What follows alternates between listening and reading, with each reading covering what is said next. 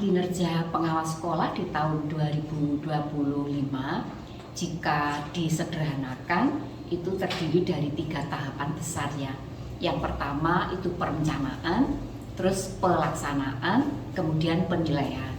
Nah, di perencanaan itu pada prinsipnya nanti akan dilakukan ada di PMM. Secara garis besar itu bisa kita lihat di paparan saya ini. Jadi tahap perencanaan, tahap pelaksanaan, lalu tahap penilaian.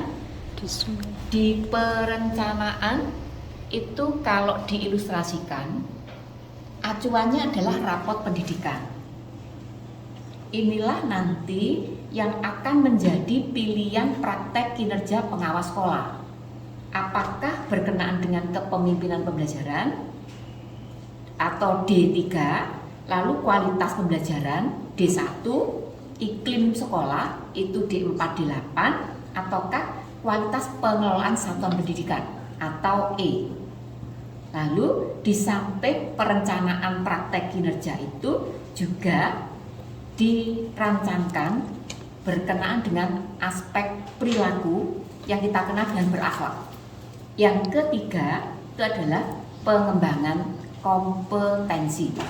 Pengembangan kompetensi itu dasarnya bagi teman-teman yang sudah mengisi refleksi kompetensi, maka pilihannya dasarnya itu. Namun bagi teman-teman yang tidak mengisi, maka memilihnya disesuaikan dengan praktek kinerjanya. Jadi di tahap perencanaan itu adalah tahap awal sebelum dilakukan pemilihan RHK. RHK-nya pengawas sekolah itu ada 3. Nah, saya ingin memberikan praktek baik bagaimana atau pengawas melakukan apa pada saat perencanaan sebelum melakukan pemilihan RHK tersebut. Nah, yang dilakukan pertama adalah melakukan diagnosis awal menggunakan data primer, data sekunder, dan data tersier. Nah, ini salah satu contoh pelaksanaan saya di SMA Islam Nusantara yang sedang menggali data primer, sekunder, dan tersier. Saya awali dengan data yang sekunder lebih dahulu. Jadi, yang saya lakukan adalah melakukan analisis rapot pendidikan. Sekarang kita lihat seperti apa rapot pendidikannya di SMA Islam Nusantara. Telaan seperti ini. Jadi di SMA Islam Nusantara nomor 4 ya, nomor 4 itu literasi 2023 100%. Lalu 2024 itu 90,63, itu berarti menurun. Jadi ada selisih negatif, itu ya. Nah, karena pilihan RHK-nya di pengawas itu terdiri dari 4 macam, yaitu kepemimpinan pembelajaran, kualitas pembelajaran, iklim sekolah, dan pengelolaan satuan pendidikan, maka saya menganalisis terhadap 4 ini. Nah, hasil analisisnya seperti ini. Kita lihat khusus ke yang berwarna oranye, setengah coklat ini ya. Ini urutan keempat, 1, 2, 3, 4. Iklim keamanan deltanya positif, artinya naik. Ya, ya, naik 0,27. Iklim kebinekaan itu deltanya naik 4,87. Lalu kualitas pembelajaran ini naik 3,9. Kepemimpinan pembelajaran itu juga naik 1,14.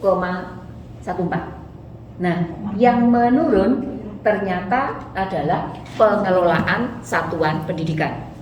Maka berdasarkan data sekunder di tahun 2025, pendampingan fokus yang akan saya lakukan untuk sekolah ini adalah berkenaan dengan pengelolaan satuan pendidikan.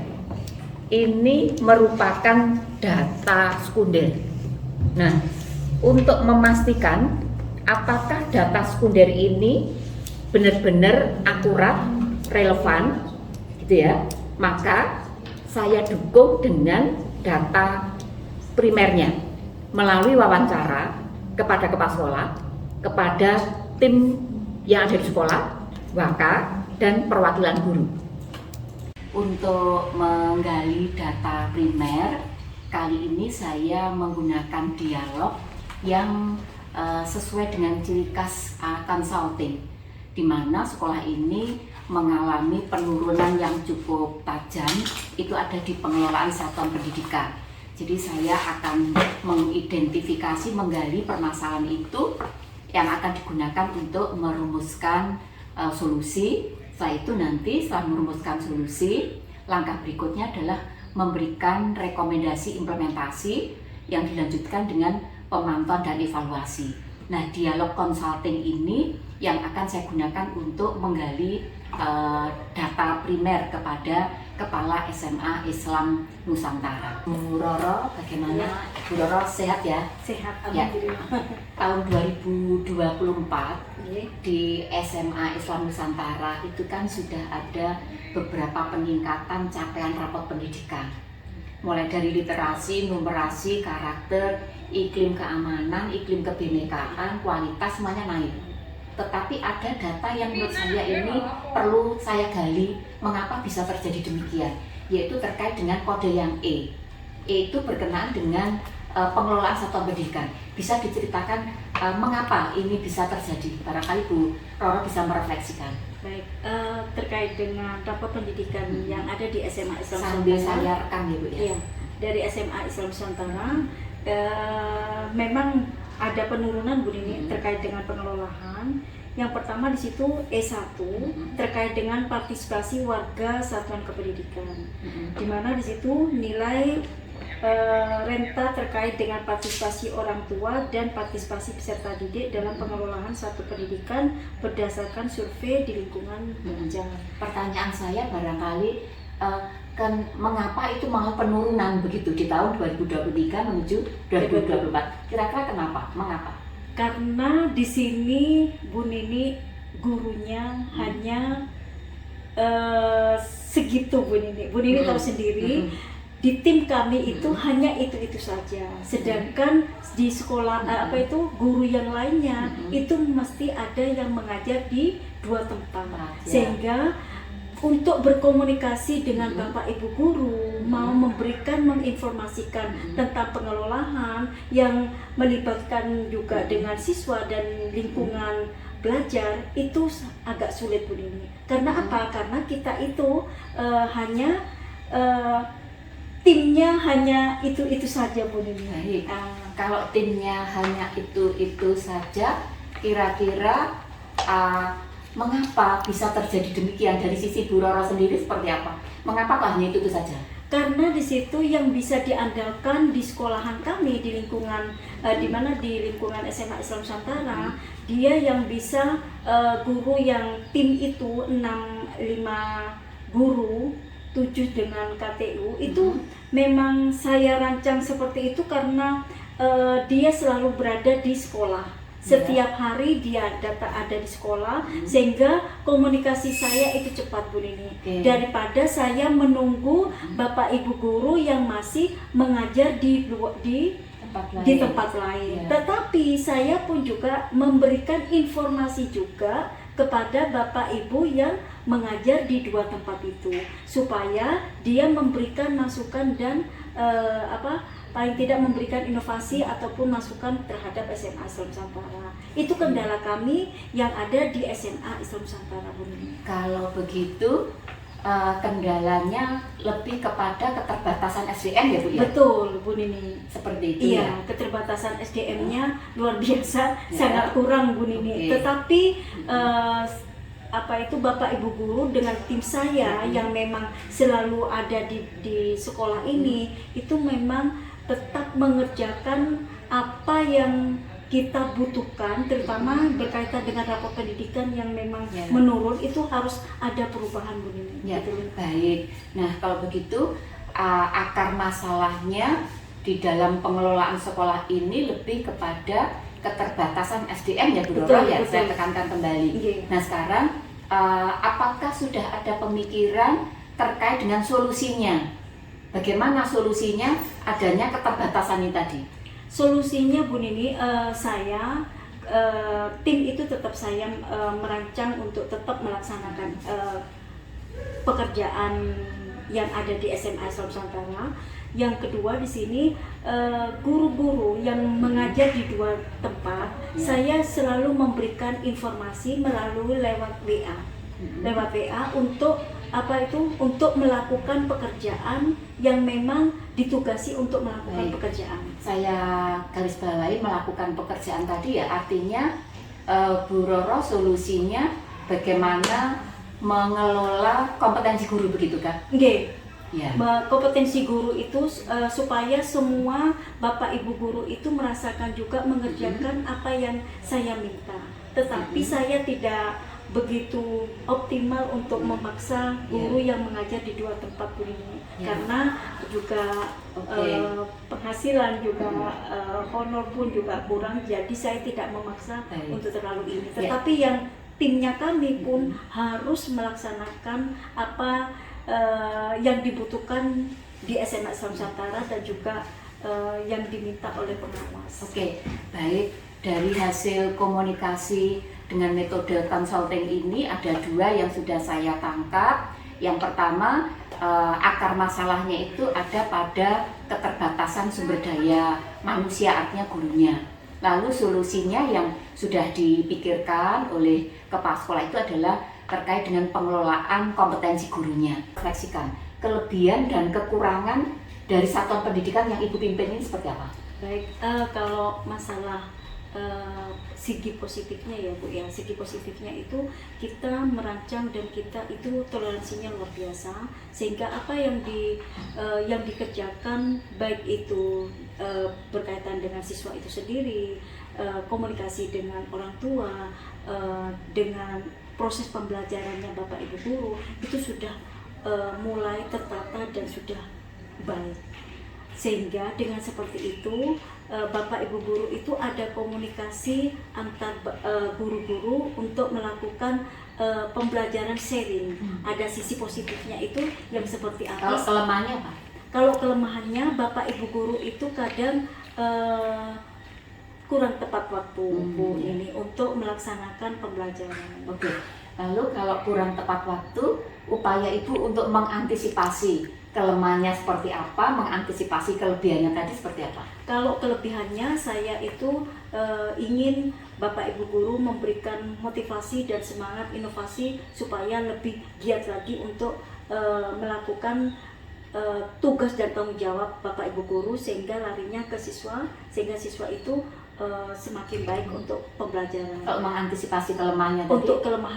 Untuk kelemahannya ini saya memanggil Bu Nini, memanggil Bapak Ibu guru dan secara pribadi kelemahannya seperti apa, kenapa terjadi seperti ini. Hasilnya seperti apa? Hasilnya setelah saya panggil, karena saya punya data Bu Nini untuk Bapak Ibu guru yang memang sering terlambat, kurang disiplin, saya selalu punya data. Sehingga Bapak Ibu guru itu tidak bisa mengelak karena saya punya data, sehingga Bapak Ibu guru itu punya kesadaran untuk bisa memperbaiki. Ya. Dari pengalaman yang sudah Ibu lakukan, 18 guru ya, 18 ya, itu berapa guru yang masih terlambat? Guru yang masih terlambat itu masih kalau dulu kadang 5 ya Bu Nini, kalau sekarang hanya 2 orang, 1 orang, itu pun kalau sekarang sudah mulai memperbaiki diri. Karena apa? Karena saya itu pendekatan diri Bu Nini, dari hati ke hati, saya menyampaikan supaya Bapak Ibu guru itu sadar dengan keterlambatannya dan bisa mencapai keinginan kepada siswa itu sendiri Bu Nini. Oke. Berikutnya masih ada lagi ya Bu Roro yang berkenaan dengan program sekolah, gitu ya. Bagaimana Ibu menyusun program sekolah itu berbasis data seperti apa yang sudah Ibu lakukan? Kalau program program kerja sekolah itu saya melakukan berbasis data, saya melalui tim, Bu. Melalui tim itu apa yang kita lakukan di program kerja itu. Karena saya ada dasarnya itu kita kalau yang kemarin kita membuat register dengan gestur itu. Setelah itu karena itu memang dari yayasan Bu Nini untuk membuat itu, sehingga kita melihat kemampuan sekolah kami itu seperti apa programnya. Sehingga dengan seperti itu kita olah dan kita masukkan lagi, kita jadikan dipadukan lagi dengan program raport pendidikan. Dengan raport pendidikan itu mana yang kita lakukan, kita bahas. Dan kita mengadakan rapat, kita evaluasi Bu Nini, rapat dan evaluasi sampai mana sih kita melakukan hal seperti ini gitu Bu. Sehingga dengan program kerja ini kita bagus, nanti efeknya juga akan bagus kepada guru pun dan juga kepada lingkungan SMA Islam Nusantara termasuk siswa itu sendiri. Ya. Kalau ketercapaian program 3 tahun terakhir ini seperti apa Bu? Program 3 tahun ketercapaiannya itu sudah mulai bagus dan ada peningkatan Bu Nini. Bahkan peningkatannya itu dilihat dari penambahan siswa Bu Nini. Karena jumlah siswa itu semakin nambah. Terus yang 3 tahun sebelumnya berapa? Kemudian 2 tahun berikutnya berapa yang kemarin? Kalau saya itu dulu menjadi kepala sekolah 2019 itu saya baru menjadi kepala sekolah itu baru 45 naik menjadi 60 naik menjadi 70 sampai sekarang hampir 90 ya. Baik. Mudah-mudahan dengan tahun berikutnya semakin ini. Dengan adanya saya pengawas Bu Nini yang selalu melihat di YouTube dengan yang lainnya, sehingga wali murid itu bisa melihat Bu Nini, bisa melihat pekerja ternyata Smile itu semakin maju. Ya. 2023 ke 2024 itu kan menurun ya pengelolaan. Nah, bisa disampaikan mengapa demikian? Mungkin dari sisi kesiswaan nanti Sarpras, kemudian kegiatan ekskulnya, kemudian kurikulum, kemudian BK, kemudian kegiatan keagamaan di siswa misalnya. Kenapa kok pengelolaan di sini itu menurun begitu? Silakan gimana?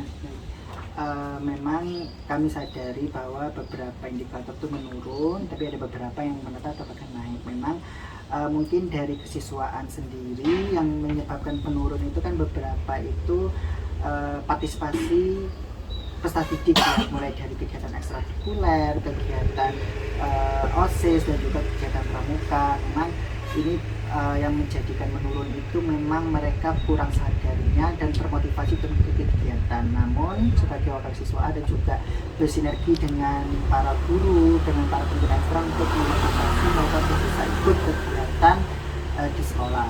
Nah, kemudian yang menyebabkan turun juga kami nilai dari kegiatan evaluasi dan refleksi yang kurang terstruktur. Jadinya angka dari pengelolaan itu turun. Jadi memang kami merasa adanya evaluasi dan refleksi yang masih menurun. Ya. Pertanyaan saya, sejauh mana sih perannya evaluasi itu tadi itu berdampak kepada pengelolaan di sekolah ini?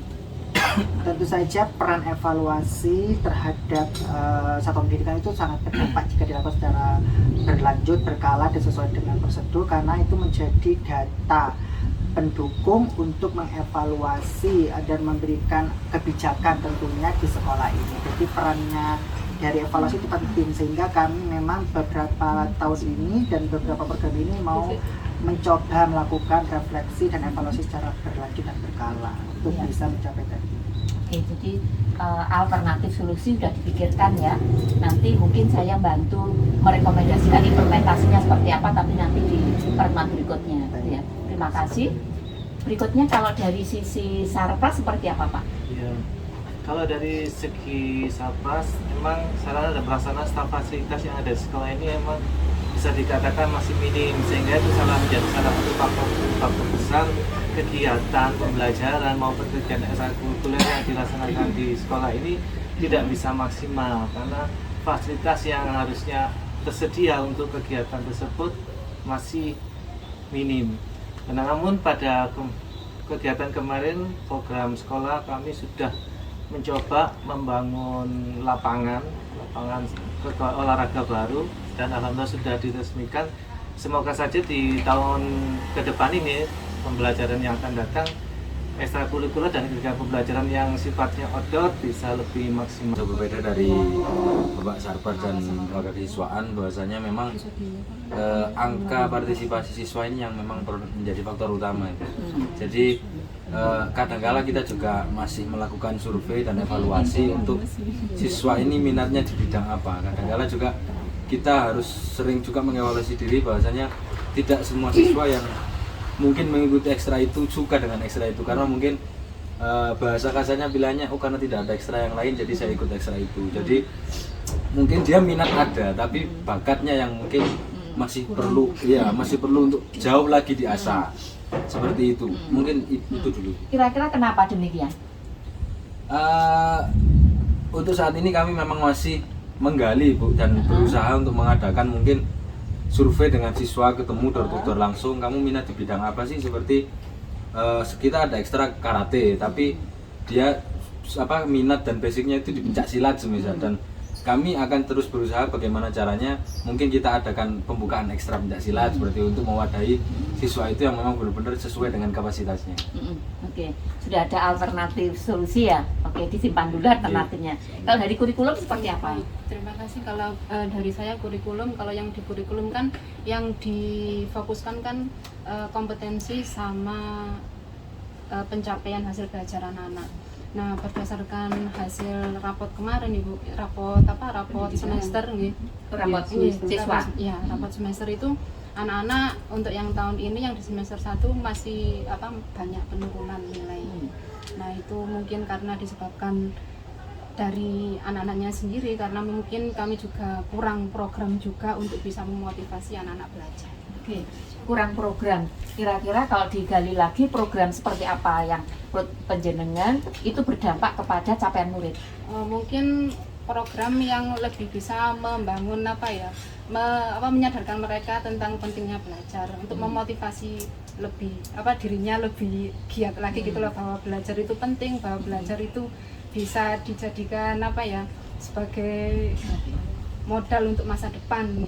Itu yang kurang di anak-anak. Oke, kalau begitu kalau diambil satu titik kesimpulan, penyebabnya menjadi pengelolaan menurun gitu ya, itu karena programnya yang belum memadai anak. Iya, programnya kurang akomodasi kepentingan. Oke, programnya belum mengakomodasi kepentingan anak-anak. Oke, monggo.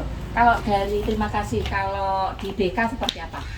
Berdasarkan rapat pendidikan kemarin kan berbicara tentang bullying yang menurun guys. Nah, kalau kita berbicara tentang bullying itu sebenarnya dalam program sekolah setiap kali MPLS kita kan selalu ada sosialisasi tentang anti bullying, anti perundungan gitu. Bahkan kita kemarin juga kan menandatangani bahwa sekolah kita anti bullying dan perundungan.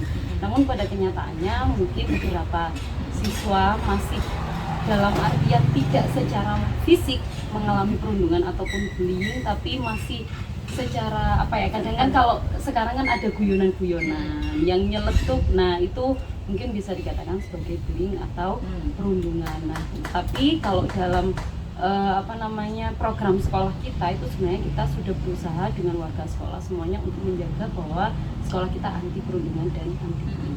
Jaili itu merasa tersakiti. Kalau begitu akarnya ya, akar masalahnya itu terletak pada ketidaksepemahaman ya, terkait dengan definisi bullyingnya ya, tidak sepemahaman.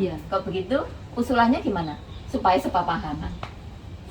Mengadakan sosialisasi. Nah, ada program selain karena kita juga setiap tahun MPLS kita juga ada sosialisasi materi tentang anti perundungan, anti bullying, yaitu selain itu tadi. Ya mungkin dari kita pun para warga sekolah juga berusaha untuk menjaga kata-kata, terus kemudian bercanda yang sewajarnya. Nah, hanya kita kan tidak bisa terlalu banyak mengontrol kalau di sekolah karena anak SMA ini kan terlepas dari media sosial yang sudah merajalela, terus kemudian anak-anak juga bebas untuk mengakses media sosial. Terus saat ini anak-anak sudah tertib Bu untuk ibadahnya, baik itu pagi biasa kita melaksanakan sholat duha, nanti ada sholat jamaah duhur, terus ada juga kalau hari Jumat itu khusus untuk putri-putri biasanya ada keputrian. Ya. Jadi yang laki-laki semua berangkat ke masjid Jumatan, yang putri-putri kita berikan pelajaran keputrian, misalkan cara bersuci itu, atau yang sering karena anak perempuan semua biasanya ada pelajaran keputrian itu apa head apa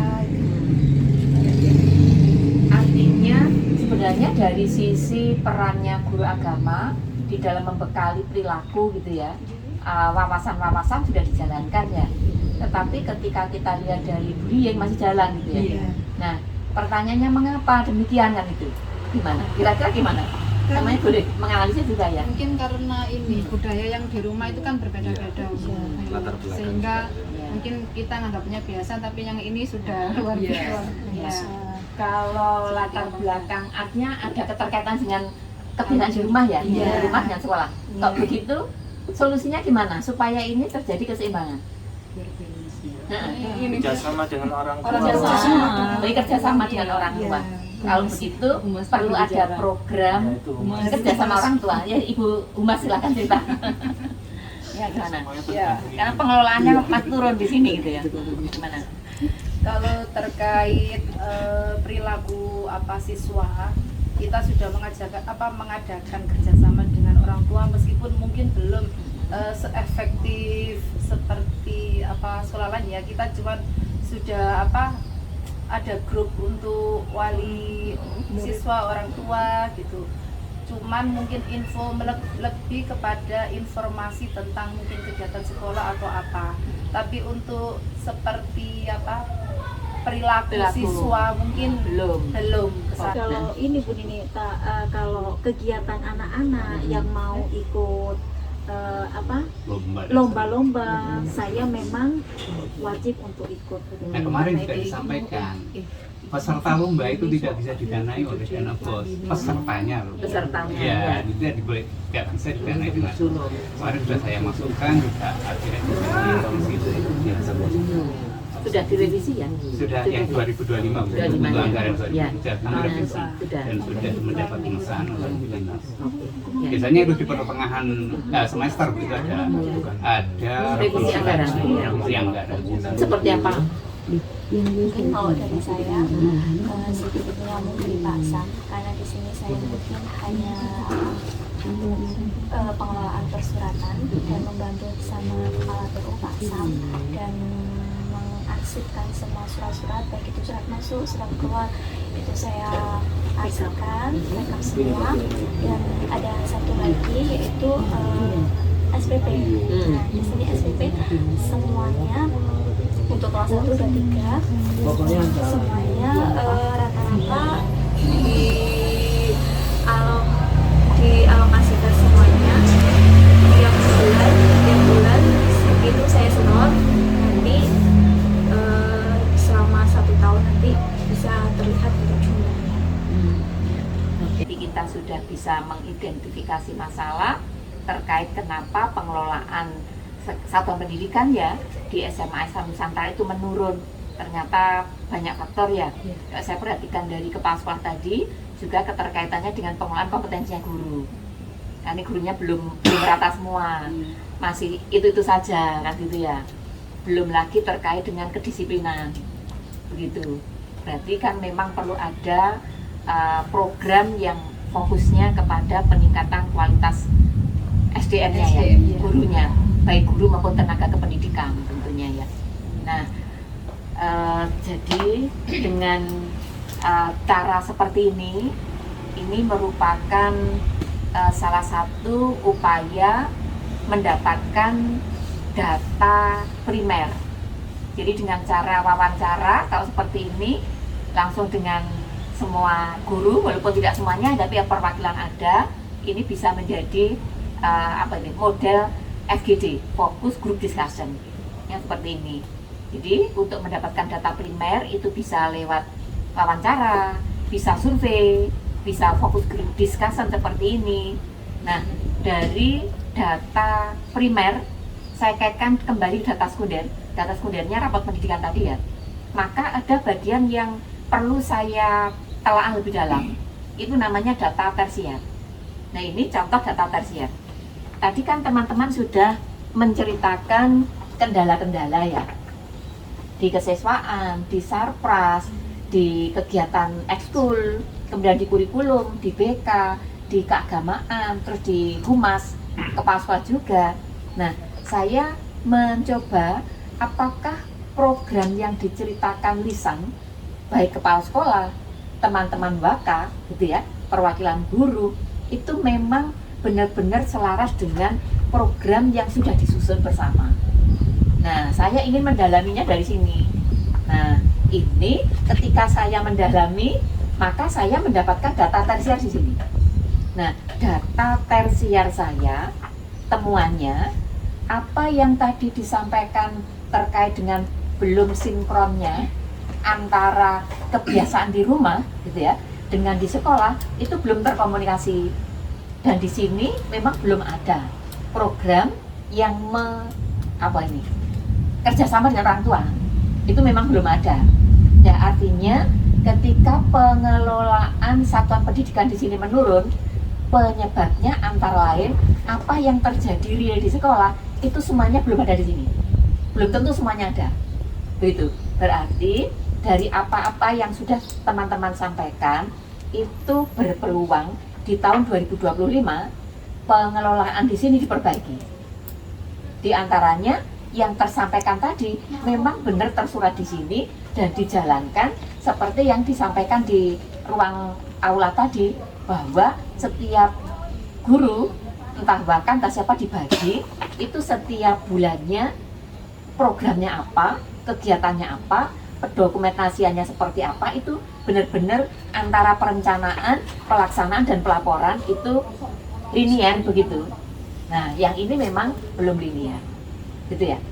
Jadi dengan demikian di tahun 2025 ini pendampingan saya di SMA Islam Nusantara, saya akan memilih kode E, yaitu peningkatan pengelolaan satuan pendidikan. Dasarnya ada rapot pendidikan, itu data sekunder.